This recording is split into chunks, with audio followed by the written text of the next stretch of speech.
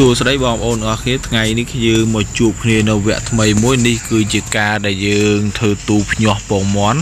ដោយយើងប្រើតែវ៉ូលីមមួយទេបងប្អូនវ៉ូលីមពេលនេះវ៉ូលីមនេះគឺយើងអាចសេរីកម្ដៅអីបានធម្មតាអានេះយើងមានវ៉ូលីមនឹងមួយហើយនឹងអំពូលនេះ2គ្រាប់អំពូល40វ៉ាត់នេះ2គ្រាប់មក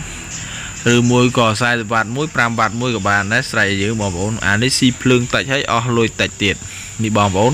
ខ្ញុំមករៀនបងប្អូនឲ្យតវាជាមើលវ៉ូលីមងាយស្រួលតមុនដំបូងបងប្អូនចាប់ជើងកំពូលជាមួយនឹងដុយធម្មតាតែមកនេះខ្សែហ្នឹងវាយើងដោតភ្លើង220ចូលវាភ្លឺតែម្ដងអញ្ចឹងយើងអត់នេះទេឥឡូវនេះបងប្អូនធ្វើតែមកគឺបងប្អូនហែកខ្សែវាយ៉ាងហើយនេះហែកយ៉ាងមកយើងហែកខ្សែយ៉ាងហើយយើងកាត់វាមកនេះគ្រាន់ជាការដែលប្រៀបធៀបឲ្យបងប្អូនមើលហើយដល់ពេលដាក់ចូលទូបងប្អូនរៀបចំដាក់តាមទៅនេះកាត់ចឹងមកបងប្អូនកាត់មកឃើញទេខ្សែហ្នឹងបងប្អូនចង់កាត់ខាងណាក៏បានដែរខាងឆ្វេងក៏បានខាងស្ដាំក៏បានអាស្រ័យលើបងប្អូនចង់កាត់ទេបងប្អូននេះបន្ទាប់មកទៀតនៅលើវ៉ូលីមគ្រប់វ៉ូលីមភ្លើងទាំងអស់គ្រប់វ៉ូលីមភ្លើងហ្នឹងគឺវាមានរុនវា2អញ្ចឹងយើងប្រើតែខ្សែមួយខាងនេះបងប្អូននេះគឺយើងធ្វើចឹងមកចាប់ចូលមកចាប់ខាងទៀតទៅយើងដំឡើងរបៀបនេះអស់លុយតិចអានេះវាគ្រាន់តែវាអត់មានឯផ្ដាច់អូតូតែបងប្អូនអាចសេរីកម្ដៅតែម្ដងយកបានដូចគ្នាអត់ទាស់ទេបងប្អូន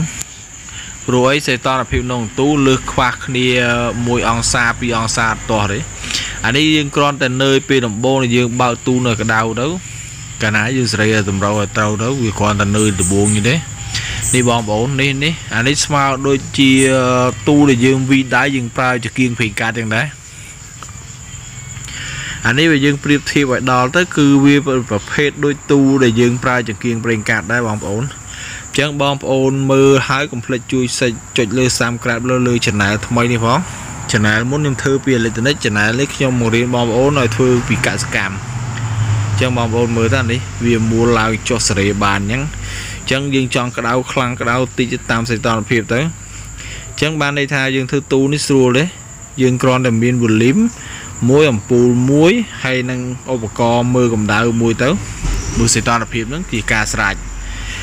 ហើយនេះបងប្អូនបន្ទាប់មកទៀតនេះយើងគ្រាន់តែមិនបាច់យកឡាំងឯថ្មីទេយើងរកឡាំងចាស់យកមក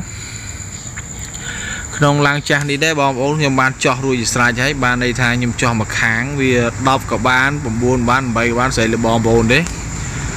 អានេះទូនេះខ្ញុំប្រើអំពូល2គ្រាប់និងវ៉ូលីមនឹងមួយនេះបងប្អូនខ្ញុំរៀបចំធ្វើហើយនេះគឺខ្ញុំចោះរួចជាស្រេចហើយអំពូលនេះគឺខ្ញុំដាក់ធំមួយតូចមួយ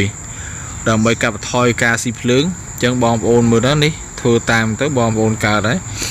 អានេះទូប្រភេទនេះគឺខ្ញុំប្រើអង្កាមទៅបាតក្រោមវាអញ្ចឹងឡើងស្នោខ្ញុំយកមកប្រើអាចភ្ញាស់បាន80ទៅ100ពង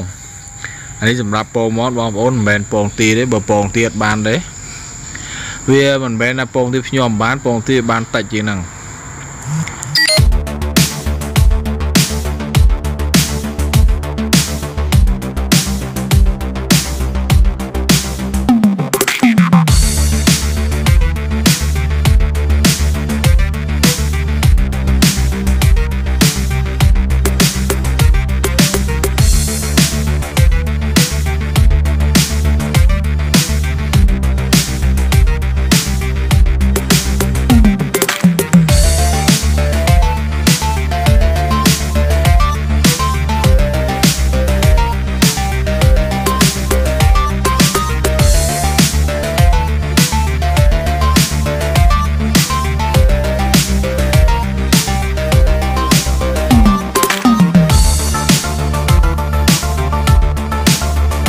មកទៀតនេះគឺយើង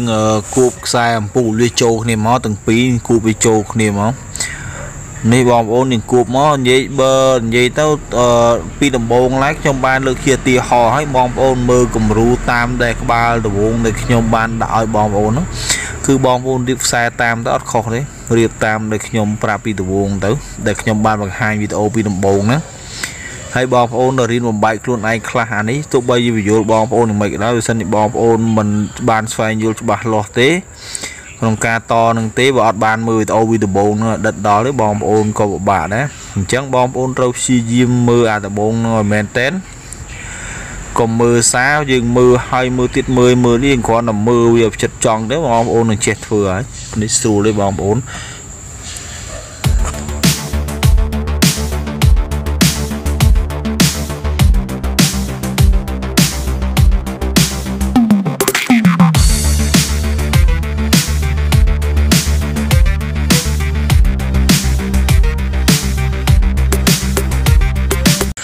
ឥឡូវរួចរាល់ហើយអញ្ចឹងខ្ញុំដាក់អំពូលចូលអំពូលខ្ញុំប្រើ5វ៉ាត់មួយគ្រាប់ហើយនឹង40វ៉ាត់មួយគ្រាប់បន្ទាប់មកទៀតខ្ញុំប្រើឧបករណ៍សម្រាប់ស្ទង់សីតុណ្ហភាពហើយនឹងសំណើមក្នុងទូអញ្ចឹងក្នុងទូនេះមួយយើងគ្រាន់តែមានប៉ុណ្ណឹងបានហើយយើងគ្រាន់តែមានវ៉ូលីម1អំពូល2គ្រាប់បន្ទាប់ទៀតនឹងអង្កាមហើយនឹងទឹកតែប៉ុណ្ណឹងឯងបងប្អូនអានេះក៏អាចភ្ញាស់បានល្អដូចគ្នាដែរបងប្អូនគ្រាន់តែវាអត់អូតូផ្ដាច់អញ្ចឹងចាំបាច់បងប្អូនត្រូវទៅសេរីកម្ដៅវាឲ្យស្មើតែម្ដងឲ្យហើយទៅអានេះវាគ្រាន់តែយើងពិបាកនៅថែទាំបន្តិចតែសម្រាប់បងប្អូននៅផ្ទះដិតដល់វាអត់មានបញ្ហាទេបងប្អូននេះយើងអាចទៅចាំមើលបានអញ្ចឹងបងប្អូនមើលទៅការចោះរុនប្រហោងកែមនេះចោះតាមខ្ញុំមកអញ្ចឹងបងប្អូនអរគុណច្រើនជម្រាបលាយើងជួបគ្នាវគ្គក្រោយទៀតនេះគឺជាការបង្ហាញបបពិសោធន៍ផ្ទាល់ខ្លួនរបស់ខ្ញុំធ្វើរបៀបនេះបានអញ្ចឹងអរគុណច្រើនបងប្អូនជួបគ្នានៅវគ្គក្រោយកុំភ្លេចជួយ Subscribe នៅលើ Channel ថ្មីនេះផងអរគុណច្រើនសូមជម្រាបលា